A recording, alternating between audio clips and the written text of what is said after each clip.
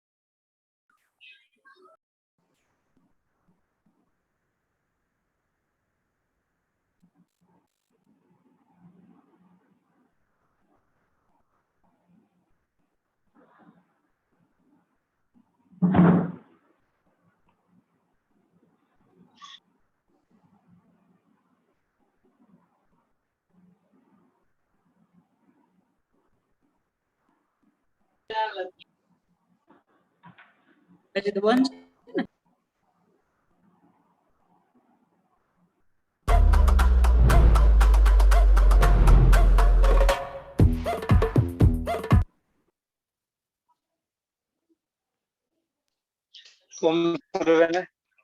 આજે આપણે special online તાલીમનો session રાખ્યો છે.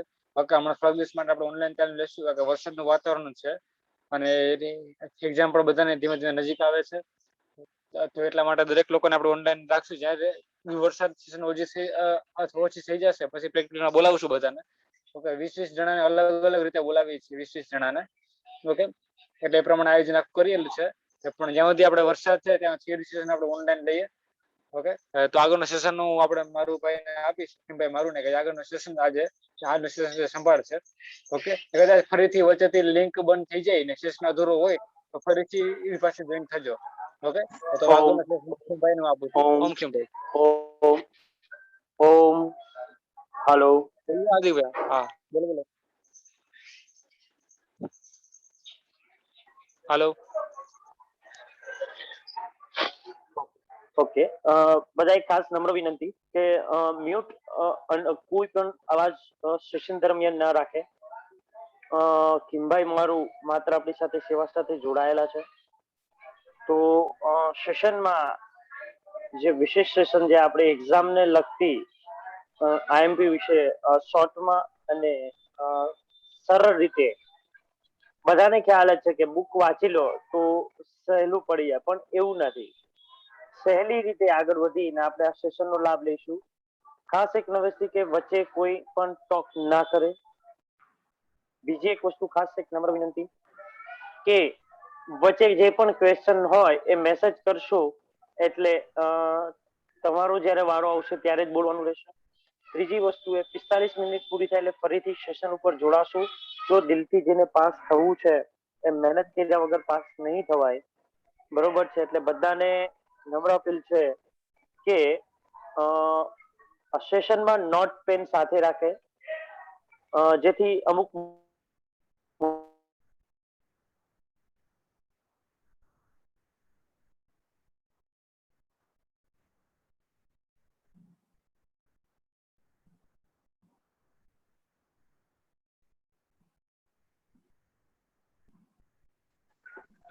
આવે છે.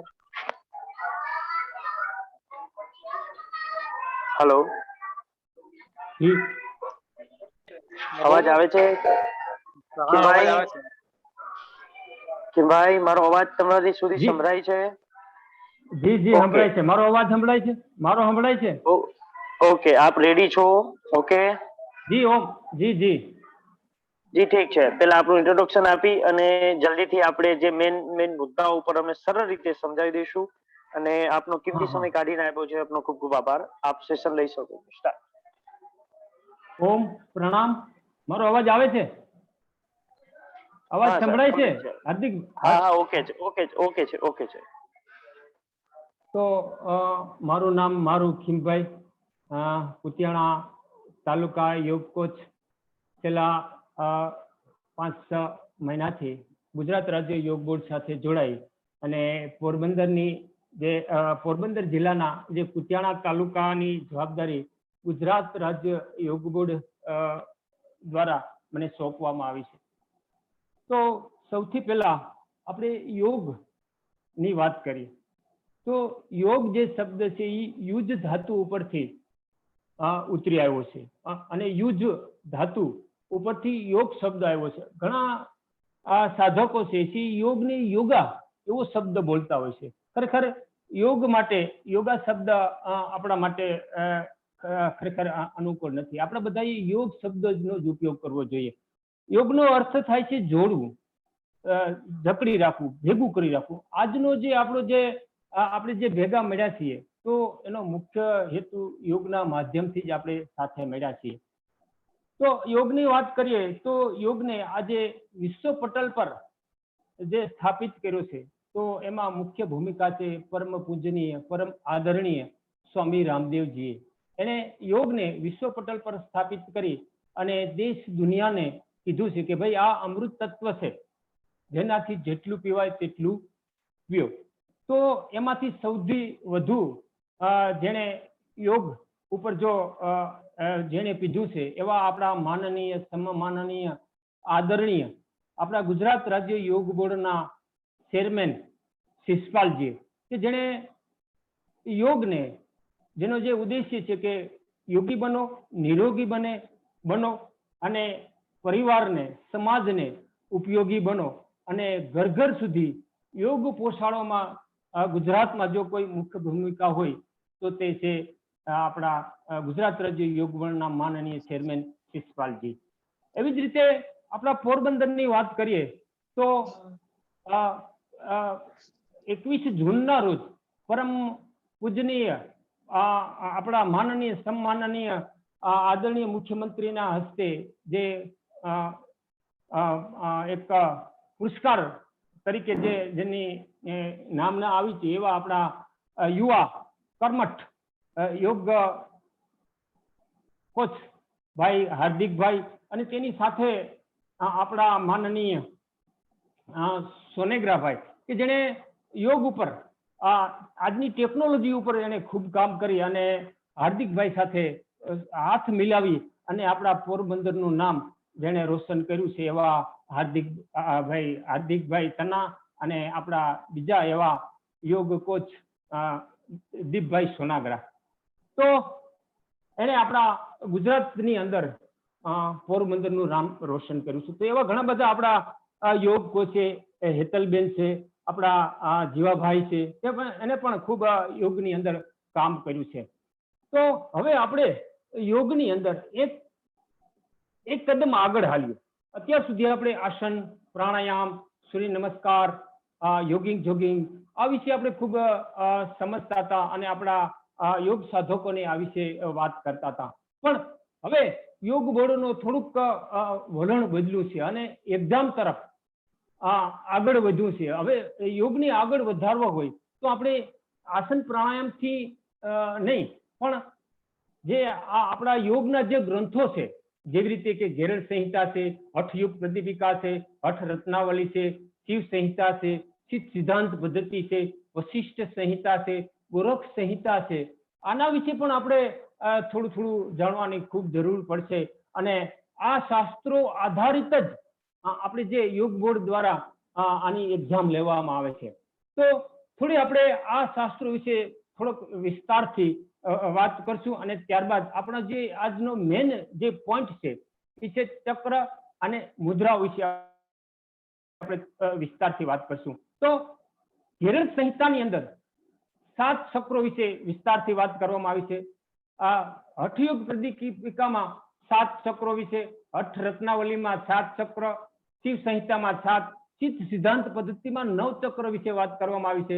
વશિષ્ઠ સંહિતામાં ચક્ર વિશે બિલકુલ વાત અથવા તો એનો ઉલ્લેખ કરવામાં આવ્યો નથી અને ગોરખ સંહિતાની અંદર 6 ચક્ર વિશે વર્ણન કરવામાં આવ્યું છે. તો તમને થોડુંક એવું થાય કે ભાઈ ક્યાંક 7 ચક્રો, ક્યાંક 8 ચક્રો, ક્યાંક 6 ચક્રો.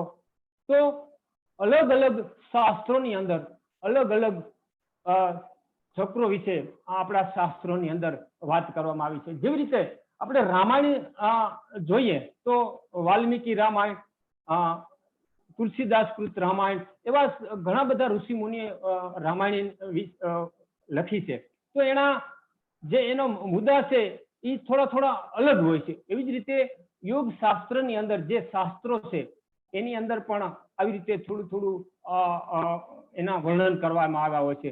તો આગળ આપણે એક બીજી વાત કરીએ તો કે ઘેરડ સંહિતાની અંદર 32 આસન, હઠયોગ પ્રદીપિકામાં 7વા રામે 15 આસન, હઠ રત્નાવલીમાં 84 આસન, શિવ સંહિતામાં 4 આસન, સિદ્ધ સિદ્ધાંત પદ્ધતિમાં 3 આસન, વિશિષ્ટ સંહિતામાં 10 આસન, ગોરખ સંહિતામાં 2 આસનનું વર્ણન કરવામાં આવ્યું છે. એવી રીતે પ્રાણાયામમાં પણ અલગ અલગ શાસ્ત્રોની અંદર અલગ અલગ પ્રાણાયામોની વાત કરવામાં આવી છે. ઘેરડ સંહિતાની વાત કરીએ તો એમાં 8 પ્રાણાયામ, 7વા રામે 8 પ્રાણાયામની, હઠ રત્નાવલીમાં 9 પ્રાણાયામની, શિવ સંહિતામાં માત્ર 1 જ પ્રાણાયામની વાત કરવામાં આવી છે. સિદ્ધ સિદ્ધાંત પદ્ધતિમાં 1 પણ પ્રાણાયામની વાત કરવામાં આવી નથી. વશિષ્ઠ સંહિતામાં 2 પ્રાણાયામ, ગોરખ સંહિતામાં બિલકુલ પ્રાણાયામ વિશે એનું વર્ણન કરવામાં આવ્યું નથી. આવી રીતે અલગ અલગ મુદ્દાઓ પર અલગ અલગ શાસ્ત્રોની અંદર અલગ અલગ જે આપણા યોગના જે કંઈ છે, ચક્રો છે, આસન છે, પ્રાણાયામ છે, નાડી છે, પ્રાણ છે. તો આવી રીતે થોડું હવે આપણે જો આગળ વધીએ તો આપણે જે આવનાર ગુજરાત રાજ્ય યોગ બોર્ડની એક્ઝામ છે એમાં આપણે સરળતાથી પાસ થઈ શકીએ. આગળ આપણે વાત કરીએ તો ઘેરડ સંહિતાની અંદર 72 કરોડ નાડીની વાત કરી છે, 72,000 7વા રામે 72,000 નાડીઓની વાત કરી, હઠ રત્નાવલીમાં પણ 72,000 નાડીની વાત કરી, શિવ સંહિતામાં પણ 35,000 નાડીઓની વાત છે. શિવ સંહિતાની અંદર 35,000 નાડીઓનું વર્ણન કરવામાં આવ્યું છે. ચિત્ત સિદ્ધાંત પદ્ધતિની અંદર બિલકુલ નાડીઓનું વર્ણન કરવામાં આવ્યું નથી. વશિષ્ઠ સંહિતામાં 72,000 નાડીઓની વાત કરવામાં આવી છે. એવી જ રીતે પ્રાણની વાત કરીએ તો આપણા શરીરની અંદર જે 5 પ્રાણ છે અને 5 ઉપપ્રાણ છે, તો આવી રીતે કુલ મળી અને 10 પ્રાણની બધા જ શાસ્ત્રોમાં વર્ણન કરવામાં આવ્યું છે.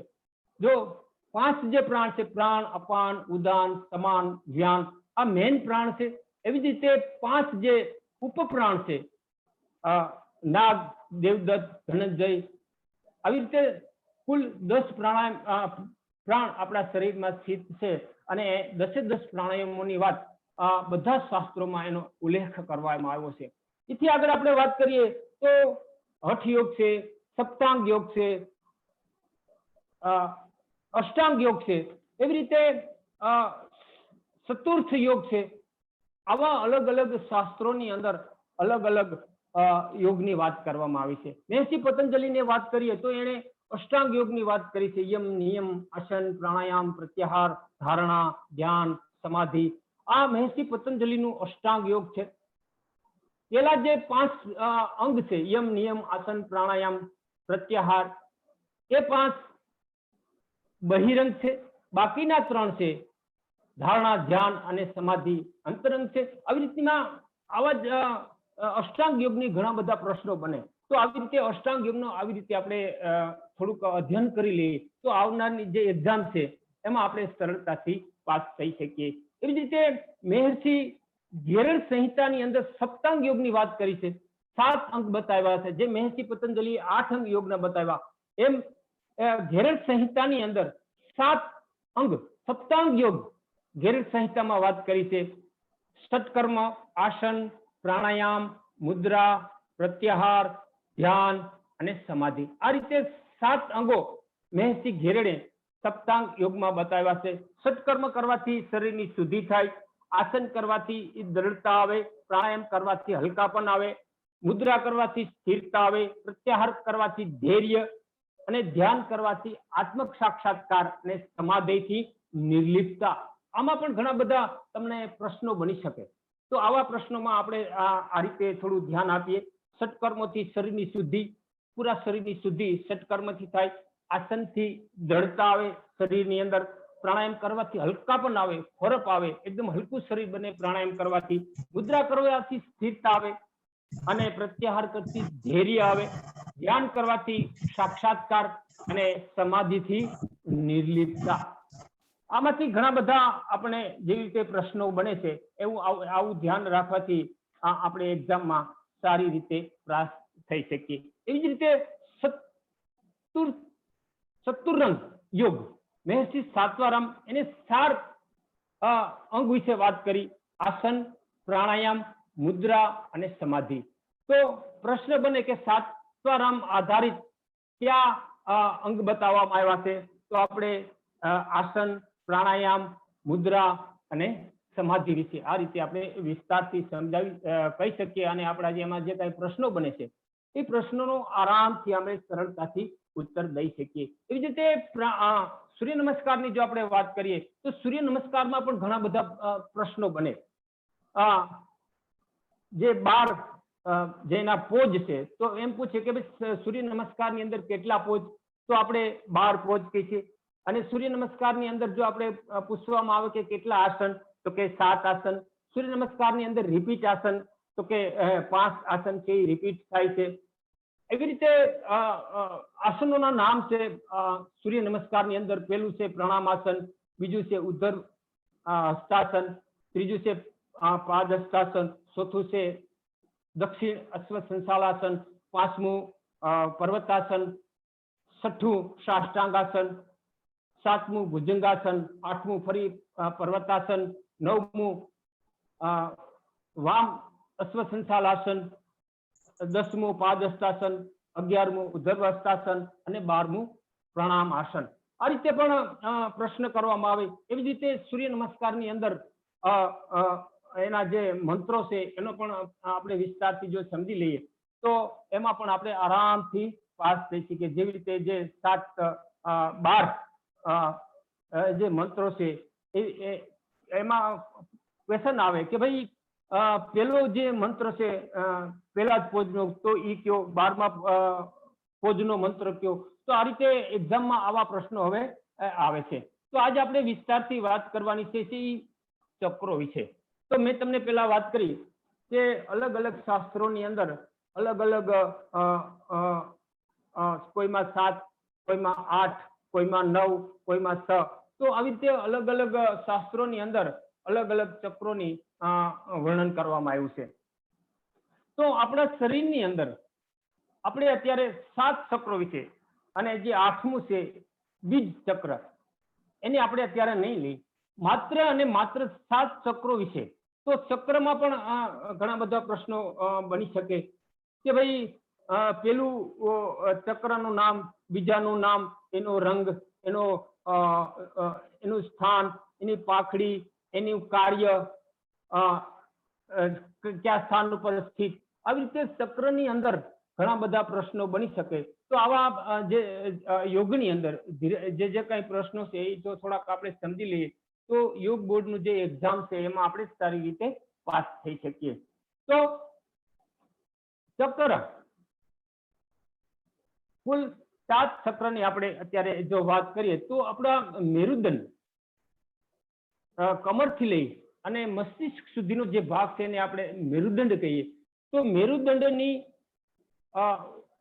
સીધા 7 ચક્રો આપણા શરીરમાં સ્થિત છે. એક પોજ હું તમને બતાવું, એના માધ્યમથી આપણે ચક્રોની થોડું જાણી શકશું કે આ રીતે આપણા શરીરની અંદર 7 આ રીતે ચક્ર સ્થિત હોય છે.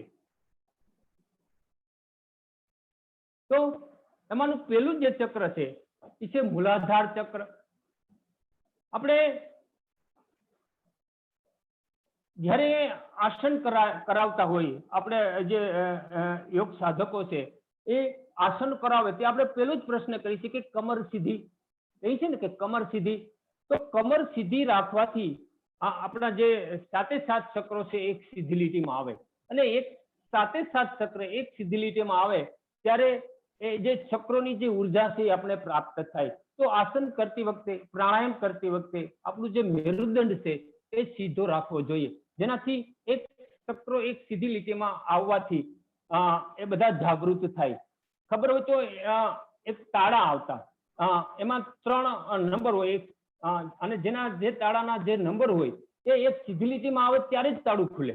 એવી જ રીતે 7 ચક્રો આપણા મેરુદંડમાં જે સ્થિત છે એ એક સીધી લીટીમાં આવે ત્યારે જ એની ઉર્જા આપણા શરીરને પ્રાપ્ત થાય.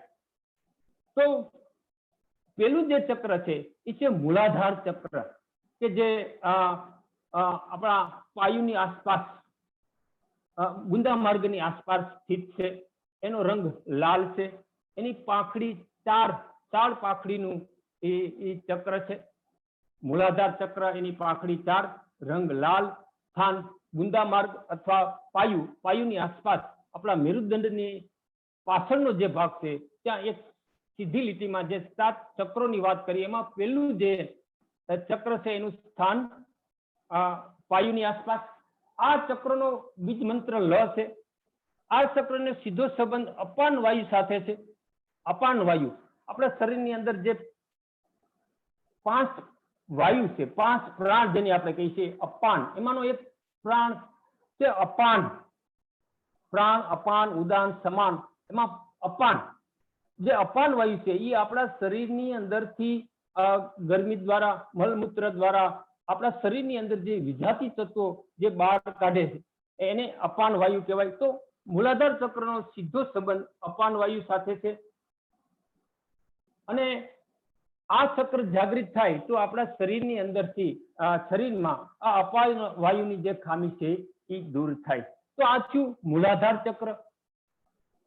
આપણા પાસે જાજો સમય નથી, નહીંતર એ ખૂબ વિસ્તારથી મૂલાધાર ચક્રો કોઈ તમને એનું શાસ્ત્ર કે મળી જાય તો એની અંદર ખૂબ વિસ્તારથી એનું વર્ણન કરવામાં આવ્યું છે. મૂલાધાર ચક્રની એની પાંખડીથી લઈ, એનો રંગથી લઈ, એના જે મંત્રોથી લઈ અને એના જે ફાયદા છે, ક્યાં એ ચક્ર જાગૃત થવાથી ક્યાં ફાયદા થાય, એવું વિસ્તારથી ખૂબ વર્ણન આ શાસ્ત્રોની અંદર કરવામાં આવ્યું છે. તો પેલું જે ચક્ર છે એને આપણે મૂલાધાર ચક્ર કહી. ત્યારબાદનું જે ચક્ર છે એ સ્વાદિષ્ઠાન ચક્ર, કે જે એની પાંખડી સ છે, એનો રંગ સિંદૂરી છે, અને એનું જે સ્થાન છે એ જનેન્દ્રિય, કરોડરજ્જુની પાછળ જે જનેન્દ્રિય આપણી એક ઇન્દ્રિય હોય છે ત્યાં એનું સ્થાન છે. અને આનો સીધો જે સંબંધ છે પ્રજનન તંત્ર અને યુરિન સાથે.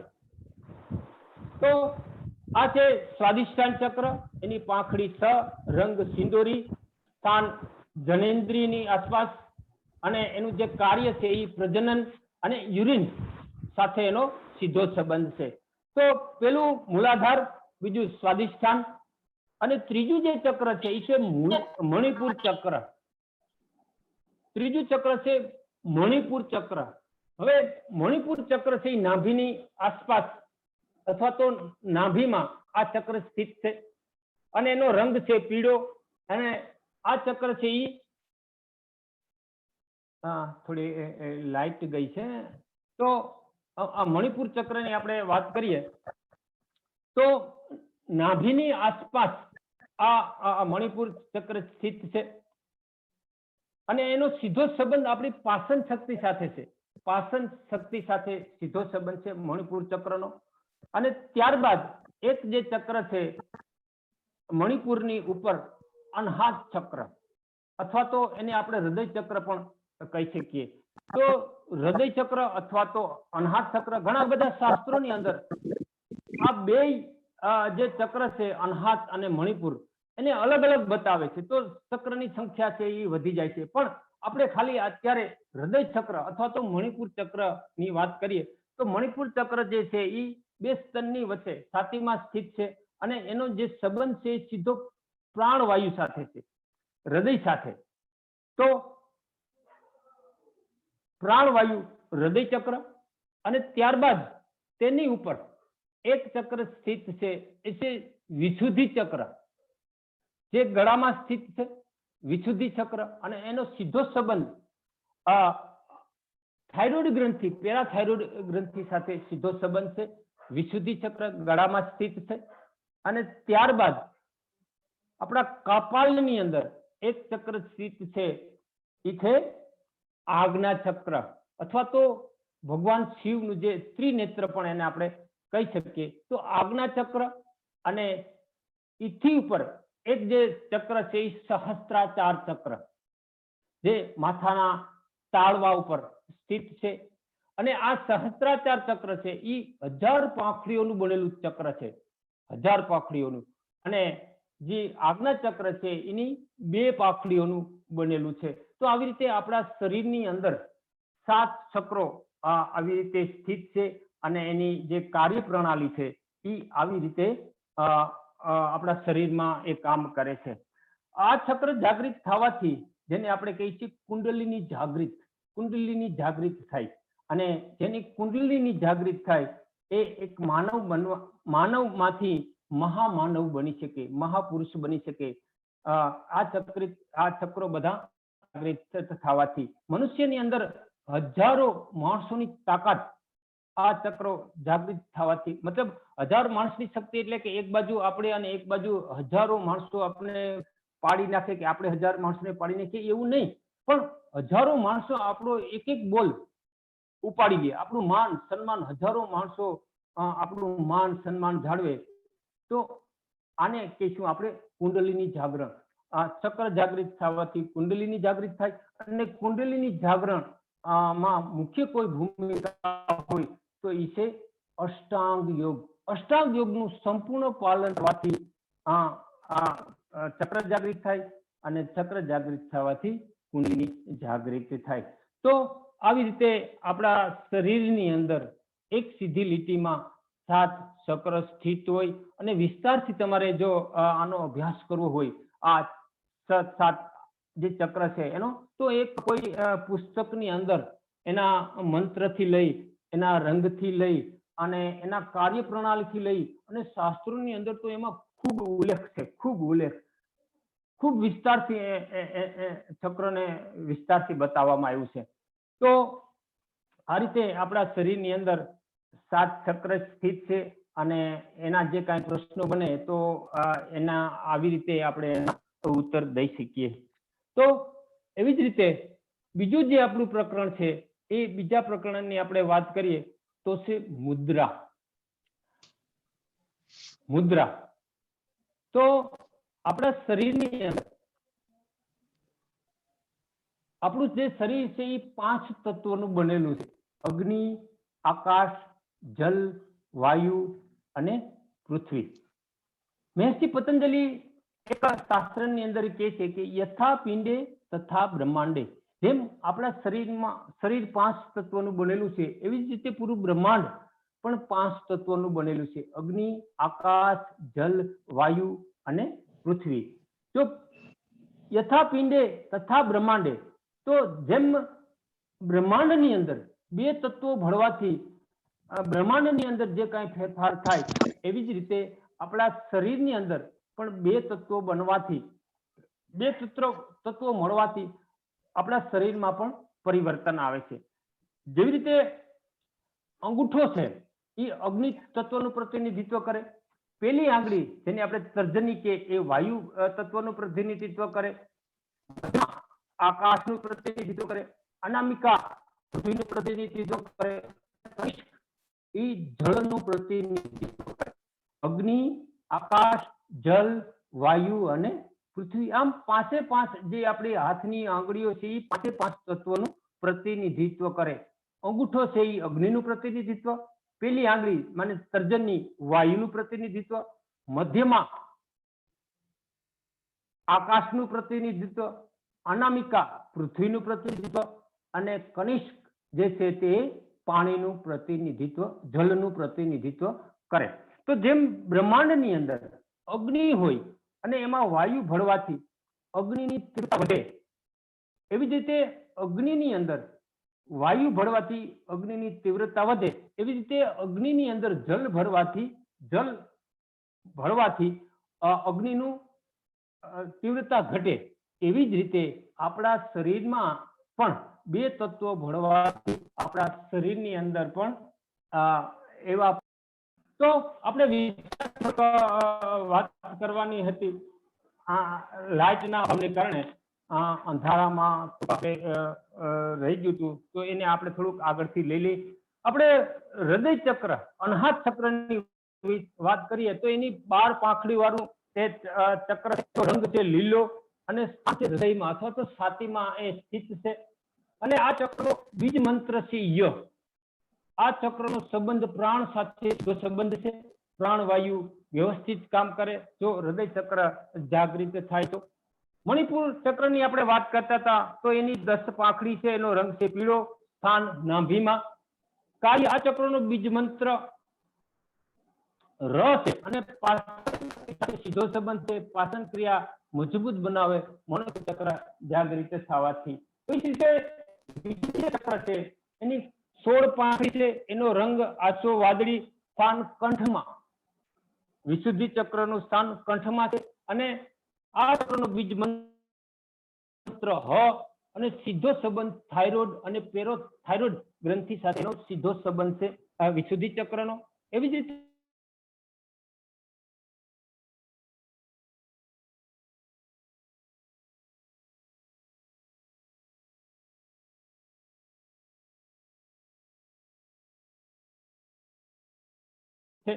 અને આને બુદ્ધિ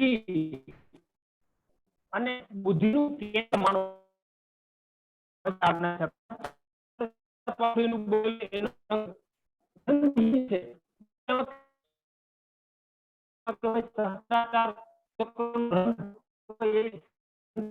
કોઈ રંગ નથી. એનું સ્થાન માથા પર એનું સ્થાન છે સહસ્ત્રાચાર.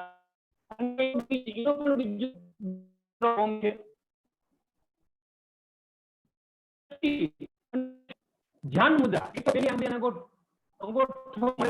એને ધ્યાન મુદ્રા કહેવાય. અને બીજો એક ધ્યાન મુદ્રા આ રીતે બને, જમણો હાથ નીચે, ડાબો હાથ ઉપર અને ધ્યાન પૂરેપૂરું આજ્ઞા ચક્ર ઉપર. અને આસનની જે સ્થિતિ છે પદ્માસનમાં બેસી અને ધ્યાન આપણે જ્યારે કરતા હોય ત્યારે આ મુદ્રાની થી આપણે ધ્યાનનો અભ્યાસ કરવો જોઈએ, જેની આપણે ધ્યાન મુદ્રા કહી શકીએ. તો ધ્યાન મુદ્રા કરવાથી માનસિક શાંતિ મળે, સ્નાયુ મંડળનું બળ મળે, મનની ચંચળતા, ચિત્તની એકાગ્રતા વધે, સાત્વિક વિચારો ઉત્પત્તિ થાય અને પ્રભુ ભોજનમાં મન લાગે. કઈ મુદ્રા કરવાથી? તો કે ધ્યાન મુદ્રા કરવાથી. આ રીતે જમણો હાથ નીચે, બે અંગૂઠા મળેલા, આ રીતે ધ્યાન મુદ્રાનો આપણે ફાયદો થાય. એવી રીતે એક મુદ્રા છે અપાન મુદ્રા.